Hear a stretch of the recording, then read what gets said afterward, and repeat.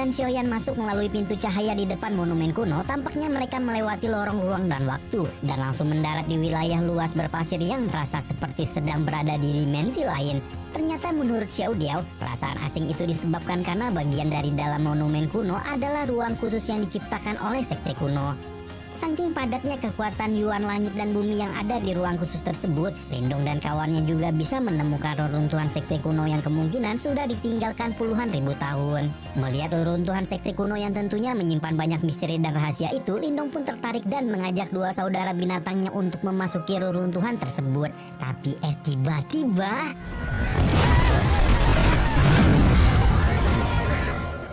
Tapi baru saja hendak memulai perjalanan eksplorasi di reruntuhan sekte kuno, Lindong dikagetkan dengan kelompok orang yang berlarian dengan panik, disusul dengan kemunculan seekor binatang iblis yang menyerupai binatang melata raksasa yang sangat menakutkan. Tapi untungnya Lindong punya ojek pribadi yang bisa menyelamatkannya dari terkaman binatang iblis tersebut.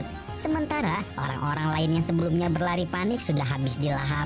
Namun ternyata ancaman dari cacing besar itu belum usai, karena dalam kondisi di udara saja binatang iblis itu masih berusaha menyerangnya dan membuat Lindong terjatuh dan tak bisa bangkit lagi.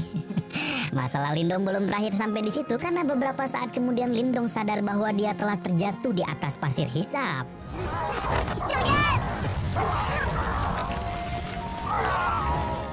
Naasnya, Xiaoyan tidak sempat menyelamatkan Lindong tepat waktu, dan Lindong pun tenggelam di dalam lautan pasir dan terperosok ke bagian bawah padang pasir yang belum diketahui akan membawa dirinya ke tempat macam apa.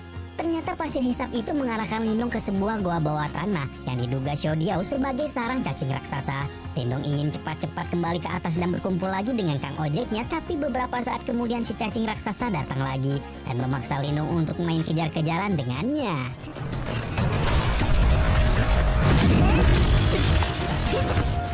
Cacing itu terus-menerus datang dari segala arah dan membuat Lindong kebingungan harus lari ke arah mana lagi. Barulah kemudian Xiao Diao mengajak Lindong ke satu lorong yang tampaknya terhubung dengan pintu keluar goa bawah tanah tersebut. Tapi ternyata bukannya keluar, Lindong dan Xiao Diao justru disambut oleh formasi angin jahat. Xiao Diao memperingatkan Lindong agar tidak asal lompat ke dalam pusaran angin tersebut karena kekuatan anginnya bisa mencabik-cabik tubuh dan membahayakan nyawanya. Namun Lindong merasa tidak ada pilihan lain. Dia harus segera keluar dari goa antah berantah ini untuk melarikan diri dari cacing raksasa. Akhirnya Lindong pun mengaktifkan tubuh gunturnya dan melompat ke dalam pusaran angin jahat.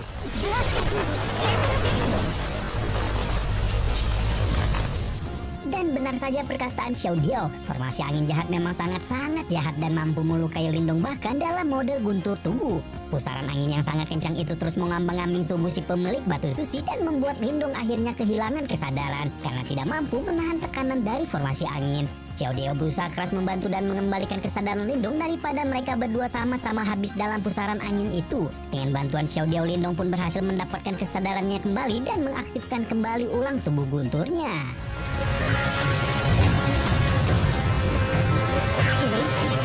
Tapi ada yang berbeda dari tubuh guntur Lindong yang kali ini. Xiao Diao menyadari bahwa tubuh guntur Lindong secara perlahan sedang mengalami transformasi dan akan menjadi lebih kuat. Nah, sementara itu di bagian luar ruang khusus Om Guyan dan teman-temannya ternyata juga baru saja diserang oleh binatang iblis. Tapi karena sebelumnya si binatang iblis mengikuti Lindong memasuki formasi angin jahat, kini Om Guyan bisa terbebas dan mengajak bawahannya segera memasuki reruntuhan sekte kuno. Di tengah perjalanan menuju reruntuhan sekte kuno, Om Guyan menemukan Xiaoyan sedang mengaum mencari-cari pemiliknya di tepi jurang yang diliputi oleh angin gelap dan kilatan petir yang sangat menakutkan. Ketua sekte pedang kuno itu menyadari jika harimau piton api yang sedang kebingungan itu adalah ojek online-nya Lindong. Karena itulah, tanpa pikir panjang, Guyan pun segera turun untuk mencari bocah kurang asem yang telah membuat sektenya kacau balau. Sementara itu di dalam formasi angin jahat, Lindong terus berusaha meningkatkan kekuatan tubuh gunturnya. Dan secara perlahan-lahan, cahaya kehijauan terang yang menyelimuti tubuh Lindong semakin dan semakin terang hingga akhirnya kultivasi singkat di tengah pusaran angin jahat itu mampu membuat Lindong mengupgrade tubuh guntur perunggu miliknya menjadi tubuh guntur giok.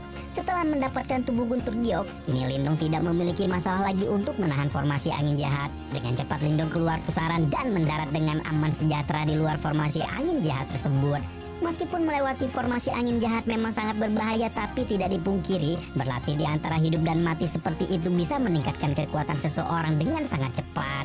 Tepat ketika Lindong mengajak Xiaodiao untuk naik ke tepi jurang, mereka berdua dikagetkan dengan kilau cahaya yang menembus ke arah langit dengan aura luar biasa.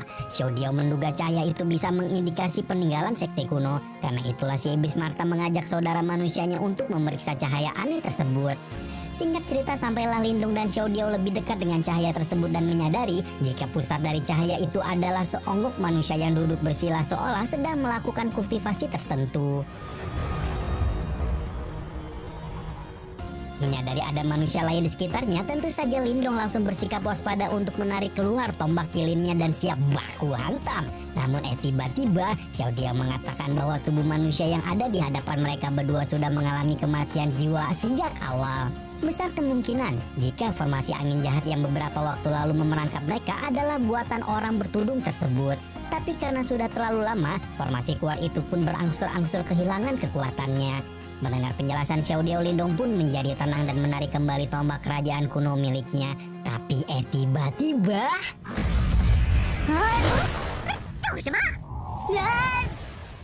Tapi saat berjalan mendekati sosok mayat duduk itu, Lindong tiba-tiba saja merasa akar simbolnya terhisap dan membuat tubuhnya tertarik dengan kuat ke dalam formasi yang ada di sekitar mayat duduk. Saat sudah memasuki formasi Lindong, luapan energi yang begitu besar masuk ke dalam akar simbolnya dan membuat berbagai ingatan masuk ke dalam kepalanya. Di mana ingatan-ingatan itu kemungkinan besar dimiliki oleh si mayat duduk. Lindong melihat bagaimana sekte kuno di masa lalu tampaknya telah mengalami serangan besar-besaran yang menghantarkan sekte besar itu menuju kehancuran.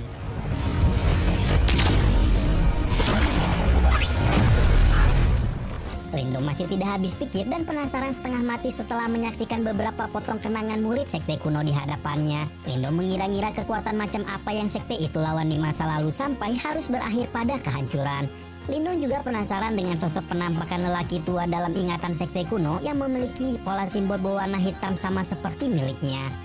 Mendengar cerita Lindong, Xiaodiao mencoba menganalisa hubungan apa yang sekiranya dimiliki oleh Lindong dan si pak tua itu.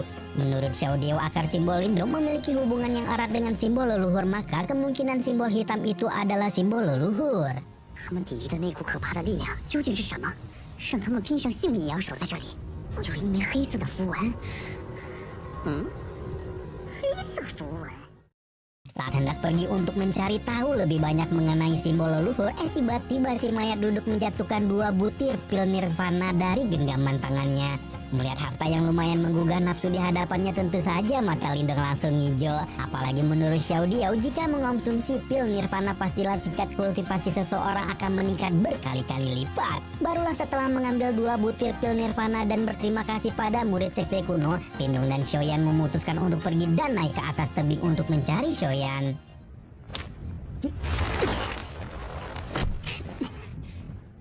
Tapi ternyata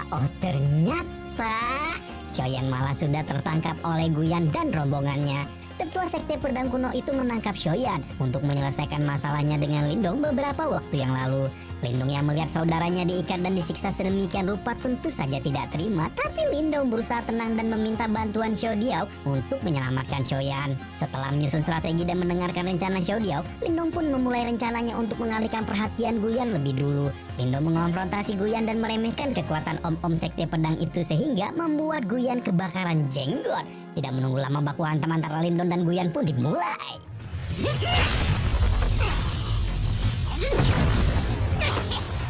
Dan memang benar jika kekuatan Lindong kini sudah jauh lebih tinggi daripada saat berhadapan dengan Guyan beberapa waktu yang lalu. Ketika Lindong dan Guyan terlibat baku hantam sengit, Xiaodiao pun memanfaatkan kesempatan untuk menolong Xiaoyan yang sekarang sedang diawasi oleh 2 bawahan Guyan. Meskipun Guyan adalah kultivator yang cukup kuat, tapi kalau kerucil-kerucil sekte pedang mah bisa lah dibabat sama Xiaodiao. Dalam sekejap ledakan kekuatan Xiaodiao mampu mementalkan anak buah Guyan, tapi sayangnya tetua sekte pedang itu bisa bereaksi dengan sangat cepat dan langsung menarik tali pengikat Xiaoyan dan membawa harimau piton api itu kembali di bawah penguasaannya.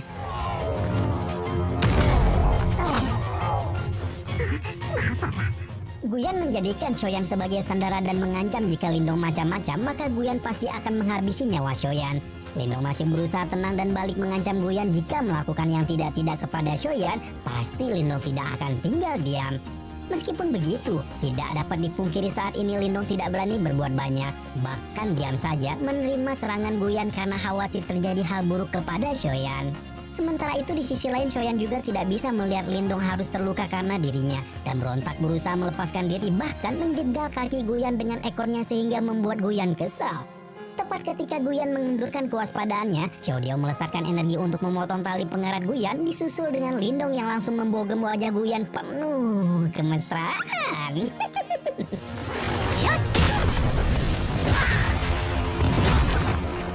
Guyan tampak langsung kehilangan kesadaran dengan satu gebukan dari Lindong. Si penggebuk sendiri masih terus tersungut kesal karena Guyan mencoba menyakiti saudaranya.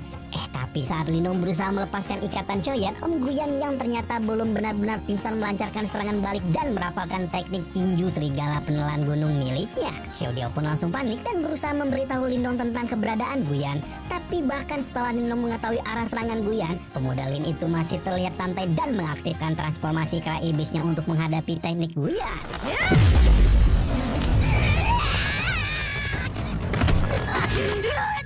Dengan ledakan energi transformasi kera iblis Lindong, Guyan pun langsung terpental hingga ke pinggir jurang dan terancam bablas ke alam lain jika sampai terjatuh ke dalam formasi angin jahat. Merasa nyawanya ada di ujung tanduk, Guyan pun memohon bantuan Lindong untuk menyelamatkan dirinya dan menarik kembali ke atas. Lindong hanya memandang Guyan dengan tatapan jijik.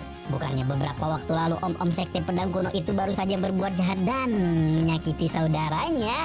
Bagaimana bisa Guyan tidak tahu malu itu untuk mengharapkan bantuannya sekarang? Apalagi setelah itu Guyan masih sempat-sempatnya mengancam jika sekte pedang kuno tidak akan melepaskan Lindong. Jadi ya Lindong mah masih gue liatin aja nih menyaksikan bagaimana akhir dari kehidupan Guyan. Meskipun akhirnya baku hantam kali ini masih dimenangkan oleh Lindong, Xiaodiao juga mengingatkan agar Lindong tidak terlalu gegabah untuk menerima serangan orang lain cuma-cuma. Tapi Lindong menjelaskan bukannya dia gegabah, tapi Lindong hanya tidak ingin membiarkan saudara-saudaranya dilukai sedemikian rupa sebagaimana Shoyan dan Xiaodiao melindungi dirinya saat diserang oleh Huagu saat membuat dua saudaranya luka parah. Dibaperin kayak gitu tentunya Xiaodiao langsung salting dan memilih untuk cari gara-gara dengan Shoyan. Dengan demikian Lindong pun OTW memulai ekspedisinya ke reruntuhan sekte kuno di episode